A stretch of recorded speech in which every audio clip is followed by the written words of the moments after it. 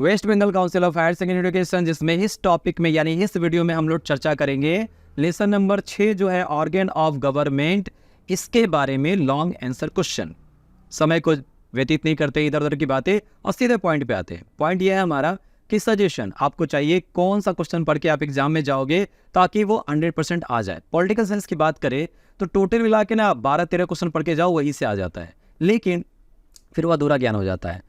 अब आते हैं हमारे इस टॉपिक को रिलेटेड करके कुछ टर्म्स है जो आप समझ जाओगे तो इसका चैप्टर का पढ़ने में मजा भी आएगा और आप नोट्स भी बहुत अच्छा से बना सकते हो। जैसे अभी तक लेसन नंबर 1 से लेके 5 तक कुछ ऐसे टर्म्स भी आपके पास आए हैं जो आप उससे अपरिचित थे, जानते नहीं थे, लेकिन ये वाला जो टर्म है ना ऑर्गन ऑफ गवर्नमेंट, इसके बारे में थोड़ा बहुत आप पहले से जानते हो, इसीलिए ऐसा लगेगा कि पॉलिटिकल साइंस का जो अभी पढ़ रहे हैं हम लोग थोड़ा सा हमारे से रिलेटेड है, और जब हमसे रिलेटेड होता है तो हमको पढ़ने में मजा आता है।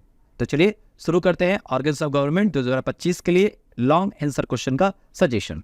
तो देखिए थोड़ा सा हम इसमें क्वेश्चन पैटर्न पे आएंगे हमारा। तो लेसन नंबर 6 जो है ना वो लेसन नंबर 9 के साथ बहुत ज़्यादा रिलेटेड है। कैसे रिलेटेड है कि देखिए लेसन नंबर 6 जो है वो आपका एग्जाम में आ भी सकता है, लॉन्ग आंसर क्वेश्चन नहीं भी आ सकता है। तो इसमें क्या कहेंगे, एक तो MCQ आता ही है, SAQ आता है। आप इसको मिलाकर देखने जाओगे ना तो आप देखोगे कि ये दो मिलाकर आपका 8 नंबर यहाँ पे बन जा रहा है। अगर MCQ SAQ आया इस चैप्टर से 2025 में तो लॉन्ग आंसर क्वेश्चन आपका नहीं आएगा, और अगर MCQ SAQ नहीं आता है तब आपका लॉन्ग आंसर क्वेश्चन 2025 में आएगा। पर हम सब पढ़ के जाएंगे तो चलिए पढ़ लेते हैं 2025 के लिए long answer question organs of government का। देखिए टॉपिक क्या है हमारा, टॉपिक है हमारा कि सरकार के कितने अंग होते हैं जो मिलकर सरकार को चलाती है। पहला बात तो ये है सरकार किसको बोलेंगे, सरकार से सीधा आपका पॉइंट पे चला आएगा कि सर जो हमारे प्रधानमंत्री जी है, जो हमारे नेता है वही सरकार चलाते हैं, पर नहीं, सरकार के 3 अंग हैं। कैसे अंग है थोड़ा समझिए, शॉर्टली समझाएंगे आपको। देखिए ऑर्गन्स ऑफ गवर्नमेंट, सरकार के जो अंग है उसके कौन कौन से अंग है। तो पहला जो अंग हम कह सकते हैं वो है एग्जीक्यूटिव का, हम नाम बता रहे हैं, थोड़ी देर बाद में उससे परिचित हो जाओगे आप।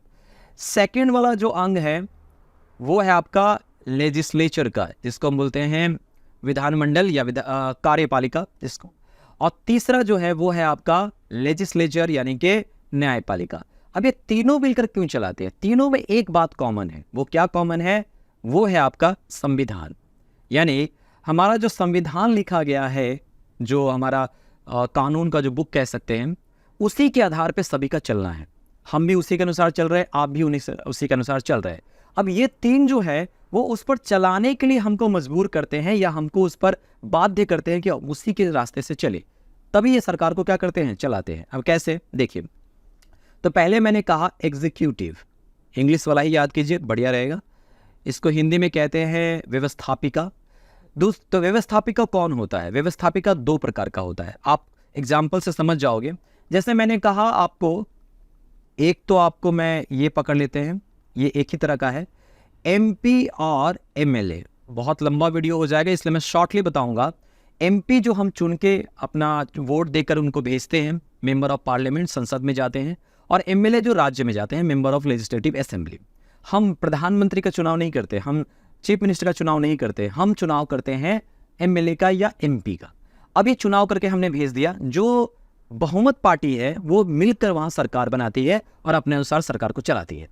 तो ये जो 2 व्यक्ति हम भेजते हैं MP और MLA, ये आपका कहलाएगा एग्जीक्यूटिव। लेकिन ये दोनों जो है वो किस रूप में है, वो दोनों है टेम्पररी, 5 साल के लिए रहते हैं। अच्छा काम किया तो हम लोग फिर मौका देंगे, नहीं किया तो छोड़ देंगे। तो ये जो हम बता रहे हैं ये वाला आपका टेम्पररी है, यानी ये हमेशा के लिए तो नहीं रहता है। पर हमारे संविधान की क्या खूबसूरती है, अब क्या खूबसूरती है देखिए, यहाँ पर ये लोग जो जा रहे हैं, ऐसा भी तो हो सकता है कि बिना पढ़े लिखे हो, या फिर ऐसा भी हो सकता है कि हमने किसी ऐसे को भेज दिया जो वहाँ जाके खराब काम कर सके। तो हम एक के हाथ पे तो अपना भविष्य नहीं छोड़ेंगे ना। तो हमारे संविधान में क्या किया गया है, एग्जीक्यूटिव 2 प्रकार का होगा। वो कौन सा होगा, एक और एग्जीक्यूटिव होगा जो कि होगा हमारा, वो भी एक व्यक्ति ही होता है, वो होता है, आप नाम सुने होंगे, BDO या फिर DM। ये जो लोकल जो सरकारी ऑफिस में काम करते हैं ये लोग परमानेंट होते हैं, और इनको कहते क्या है, जो IAS ऑफिसर वगैरह होता है उनको, तो इनको कहा जाता है ब्यूरोक्रेसी, ब्यूरोक्रेसी। ठीक है, तो आपका समझिए एग्जीक्यूटिव दो प्रकार का है, एक है टेम्पोररी और एक है ब्यूरोक्रेसी, जो दोनों मिलकर सरकार को क्या करती है, चलाती है। फिर देखिए लंबा वीडियो हो रहा है। अब दूसरा आते हैं हम लोग इस पे, दूसरा एग्जीक्यूटिव के बाद आता है लेजिस्लेटिव। अब लेजिस्लेटिव क्या है समझिए, इसको सदन कहते हैं। सदन का मतलब और जगहों पे हाउस भी कहते हैं इसको। और हाउस दो प्रकार का होता है, एक होता है अपर हाउस, और एक होता है आपका लोअर हाउस। हमारे यहां पे अपर हाउस कौन है, राज्यसभा, और लोअर हाउस कौन है, लोकसभा। ठीक, अब ये सभा का नाम क्या है, देखिए ये एक करके व्यक्तियों को हमने चुन के भेज दिया, लेकिन एक व्यक्ति का तो चलेगा नहीं, सभी का मिलकर चलेगा। तो सभी एक हाउस में बैठेंगे जिसको लोकसभा कहते हैं, और राज्यसभा वो होता है, उसके बारे में बाद में चर्चा करेंगे, लंबा वीडियो हो जाएगा। तो लोकसभा में जाते हैं और वहां जाकर हमारे लिए नया कानून बनाते हैं, नया नियम बनाते हैं, जिसके अनुसार हम चलते हैं। ठीक, बहुमत होती है तो वो नियम पास हो जाता है, बहुमत नहीं होती है तो पास नहीं हो पाता है। तो इसका मतलब ये भी मिलकर हमारे सरकार को क्या करती है, चलाती है। तो एक हो गया एग्जीक्यूटिव, दूसरा हो गया आपका लेजिस्लेचर या लेजिस्लेटिव हो गया। अब मान लिया जाए हमने इसमें जितने भी भेजे हैं अपर हाउस में या लोअर हाउस में, जितने भी लोग रहते हैं, वो सारे मिलकर अगर गलत डिसीजन लेने लगे, अगर खराब डिसीजन लेने लगे जो हमारे संविधान के अलग है, तो क्या करेंगे, तब क्या करना होगा, तब इसमें कूद पड़ता है कौन, लेजिस्लेटिव। तब जुडिशरी, वो कौन होता है, जुडिशरी। अब ये जुडिशरी क्या है, न्यायपालिका। न्यायपालिका में जो कोर्ट होता है, जज होते हैं, जज संविधान को पूरी अच्छे से जानते हैं। अगर इन लोगों में से किसी ने गलती की है तो जज उसको क्या करेंगे, सुधारेंगे और कहेंगे कि नहीं आप ये गलत कर रहे हो, इसको ठीक कीजिए। ठीक, तो आपको ये टॉपिक पूरा समझ में आ गया कि इस चैप्टर में क्या होने वाला है। और मुझे की बात बताता हूं, ये हम लेसन नंबर 6 पढ़ रहे हैं, ऑर्गन ऑफ गवर्नमेंट। अब आप लेसन नंबर 7 जो पढ़ोगे वो एग्जीक्यूटिव पढ़ोगे, लेसन नंबर 8 पढ़ोगे वो लेजिस्लेटिव पढ़ोगे, और लेसन नंबर 9 पढ़ोगे वो जुडिशरी पढ़ोगे। तो कितना सुंदर तरीके से सजाया हुआ है। और लेसन नंबर 10 पढ़ोगे वो लोकल बॉडी होगा, जो पंचायत वगैरह होता है। तो टोटल सिलेबस यहीं से खत्म होने जा रहा है। ठीक है, तो जब 7वां में आएंगे एग्जीक्यूटिव में, तो और मजा से समझ में आ जाओगे कि हाँ हमारे प्रधानमंत्री कैसे बनते हैं, प्रेसिडेंट कैसे बनते हैं, उसके बारे में। पर आज जो हम समझेंगे वो तीनों को मिलाकर समझेंगे कि आपके एग्जाम में आता क्या है। देखिए, अब मैंने आपको जो बताया उसके बारे में ही थोड़ा सा मैंने फोटो में भी रख रखा है, थोड़ा आप इसको भी समझ लीजिए। लेजिस्लेटिव, ठीक है, एग्जीक्यूटिव और जुडिशरी तीनों मिलकर क्या करती है, काम करती है। उसमें देखिए लेजिस्लेटिव में आपका एक देखोगे, एक तो आप संसद में काम करती है, और एक क्या होता है ब्यूरोक्रेसी, जो कि जाके डीएम ऑफिस या उसमें काम करती है। दूसरा आप समझेंगे एग्जीक्यूटिव, अच्छा डीएम ऑफिस उल्टा बोल दिया मैंने, ये वाला यहाँ पर है और ये वाला आप देखोगे तो यहाँ है। इसके बाद आते हैं हमारा लेजिस्लेटिव, और लेजिस्लेटिव पहले दे दिया था मैंने। अच्छा, लेजिस्लेटिव क्या है, लेजिस्लेटिव हो गया आपका लोकसभा और हमारा राज्यसभा, जहाँ जाकर कानून नया बनता है। और उसके बाद आते हैं हमारा जुडिशरी सिस्टम, जो कि हमारा जो न्याय व्यवस्था है वही हमारे पूरे संविधान की रक्षा करता है। ठीक, तीनों मिलकर सरकार को बनाती है। तो आशा करेंगे कि आपको समझ में आ गया, और हमारा टॉपिक भी वही है सब कुछ। देखिए सिलेबस क्या कहता है, सेपरेशन ऑफ पावर। अब सेपरेशन ऑफ पावर क्या है, तीनों जो है एग्जीक्यूटिव, लेजिस्लेटिव और जुडिशरी, तीनों जो है वो अगर एक ही के हाथ में आ जाए, जैसे पहले राजा महाराजाओं के हाथ में रहता था, कानून भी वही बनाते थे, न्याय भी वही करते थे, सब कुछ वही थे, तो सारा का सारा शक्ति अगर एक के हाथ में आ जाए तो वो बड़ा दिक्कत वाली बात है। तो सेपरेशन ऑफ पावर ये कहता है शक्ति का पृथक्करण, कि हर व्यक्ति के मतलब तीनों जो डिपार्टमेंट है वो अलग अलग व्यक्तियों के हाथ में होना चाहिए। ठीक, ये हो गया टॉपिक। दूसरा देखिए आपका बी नंबर में पहला एग्जीक्यूटिव है, वो देखिए पॉलिटिकल और परमानेंट। पॉलिटिकल कौन, जो नेता लोग जो टेम्पोररी बेस पे जाते हैं, और परमानेंट वो जो ब्यूरोक्रेसी जो डीएम वगैरह होते हैं।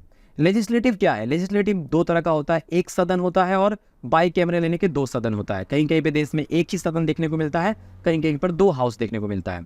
तीसरा नंबर आपका देखिए जुडिशरी है, फंक्शन और इंडिपेंडेंस। जुडिशरी यानी कि जो न्याय व्यवस्था है उसको हम लोग कैसे स्वतंत्र रख सकते हैं, कोई उस पर हावी ना हो जाए जिसके कारण हमारे संविधान को ही क्या हो जाए, खतरा हो जाए, ऐसा नहीं। तो ये तीनों ही सिलेबस में हमें क्या करना है, पढ़ना है। अब आते हैं हमारे टॉपिक पे, जो कि आपको क्वेश्चन बताएंगे, ये कौन सा क्वेश्चन आपको पढ़ के जाना चाहिए एग्जाम में।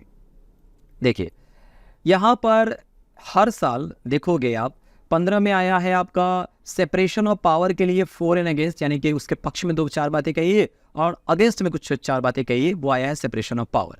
फिर बाई कैमरल लेजिस्लेचर आया हुआ है। फिर देखिए जुडिशियल रिव्यू। जुडिशियल रिव्यू किसे कहते हैं कि हर एक काम जो सरकार करती है वो जो जज होते हैं वो उसको जुडिशली रिव्यू करते हैं कि वो सही किया है या गलत किया है, तो उसको कहते हैं जुडिशियल रिव्यू। और कैसे इसको प्रिजर्व किया जा सकता है। उसके बाद में यूनिकैमरल लेजिस्लेचर आया हुआ है। उसके बाद देखोगे कि तो फिर से आपका सेपरेशन ऑफ पावर आया हुआ है और फॉर एंड अगेंस्ट बताना है। और उसके बाद में एग्जीक्यूटिव ऑफ मॉडर्न स्टेट एक नया क्वेश्चन बनता है। तो सभी को मिलाकर देखिए एक मतलब थोड़ी सी अलग बात लगेगी कि 2019 तक तो क्वेश्चन आया है, 20 में आया ही नहीं, 21 में आया ही नहीं, 22 में ये था ही नहीं सिलेबस में, 23 में क्या था कि नहीं सिलेबस में था पर आया नहीं, 23 में भी आपका एग्जाम में नहीं आया क्योंकि इससे एमसीक्यू और एसएक्यू आया, पहले क्यों नहीं आया, 24 में भी नहीं आया, तो 25 में आने की संभावना बहुत ज़्यादा है। तो अब कौन सा क्वेश्चन पढ़ के जाएंगे, तो मैंने यहाँ 4 भागों में बांटा है। सेपरेशन ऑफ पावर एक क्वेश्चन बनता है, एग्जीक्यूटिव के क्वेश्चन बनता है, लेजिस्लेटर से एक बनता है और जुडिशरी से। लेजिस्लेचर से 2 बनता है आपका, एक बनता है बाई कैमरल लेजिस्लेचर और एक बनता है यूनिकैमरल लेजिस्लेचर। कब कब कौन सा साल में आया है, देखिए सेपरेशन ऑफ पावर जो आया है फॉर एंड अगेंस्ट कहने से आया है आपका 15 और 17 में, और एक छोटा सा अलग करके क्वेश्चन आया है 2019 में। तो कहने का मतलब है कि 2025 के लिए ये बहुत फेवरेट बन जाता है टॉपिक, ठीक है। तो पहला हम लोग पढ़ के जाएंगे सेपरेशन ऑफ पावर। सेकंड क्या पढ़ेंगे, सेकंड पढ़ेंगे हम लोग एग्जीक्यूटिव। एग्जीक्यूटिव में आ गया आपका फंक्शन ऑफ द, ये वाला हम लोग नहीं करके जाएंगे क्योंकि कोई भी एग्जीक्यूटिव का वो फंक्शन या मॉडर्न स्टेट का नहीं आता है, जहाँ मेरी तरफ से तो नहीं आएगा। देखते हैं लेजिस्लेचर में, देखिए लेजिस्लेचर में 2 है, यूनिकैमरल है और बाई कैमरल है, तो ये दोनों पढ़ के हम लोग को जाना चाहिए। और जुडिशरी सिस्टम यानी कि जुडिशियल रिव्यू जो है वो भी बड़ा इंपॉर्टेंट है। क्यों, क्योंकि वो एक बार 16 में आया फिर नहीं आया। तो 4 क्वेश्चन हम पढ़ के जाएंगे। वो 4 क्वेश्चन कौन कौन सा होगा एक बार आपको रिपीट कर देते हैं। वो 4 क्वेश्चन यहाँ भी दिखाएंगे और ऊपर वाले क्वेश्चन को भी दिखा देंगे। आप इसको लिख लीजिएगा और अपना से नोट्स बनाना चाहे तो बना लीजिएगा, और जो लोग एप्लीकेशन में हैं उनको तो मैं नोट्स दे ही दे रहा हूँ। चलिए देखिए, सेपरेशन ऑफ पावर जो है हमें बहुत ज़रूरी है, पढ़ के जाना चाहिए, तो ये आप क्वेश्चन जरूर करके जाएंगे। सेकंड क्वेश्चन क्या करके जाएंगे, आप ये वाला करके जरूर जाइए, 2 नंबर क्वेश्चन।